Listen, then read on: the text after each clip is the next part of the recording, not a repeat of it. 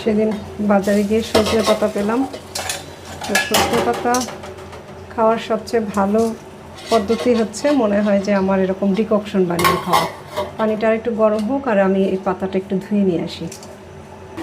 সেদিন সজনে পাতার ভর্তাটাও যে এত ভালো লাগছে, খুবই ভালো লাগছে। সজনে পাতার ভর্তা দিয়ে দিলাম। গ্রিন জুসও খাওয়া যায়।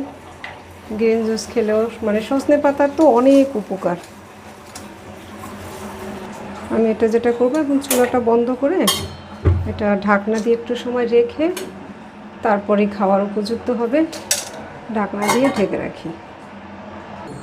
এবার সজনে পাতার চাটা আমি ঢেলে নেব। মজার ব্যাপার হচ্ছে এটা না ছাকার দরকার হয় না, পাতাগুলো দেখা যায়, বেশ ভালো লাগে। পাতা সহই চা।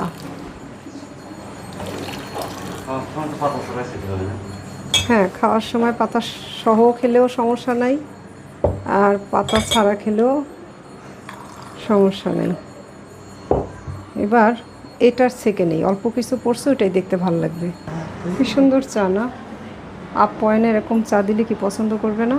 আমার তো মনে হয় করবে। যাই হোক, দারুণ এক কাপ চা। এটা খেতেও মানে এরকম সবুজ চোখে দেখে চা খেতেও কিন্তু দারুণ লাগে।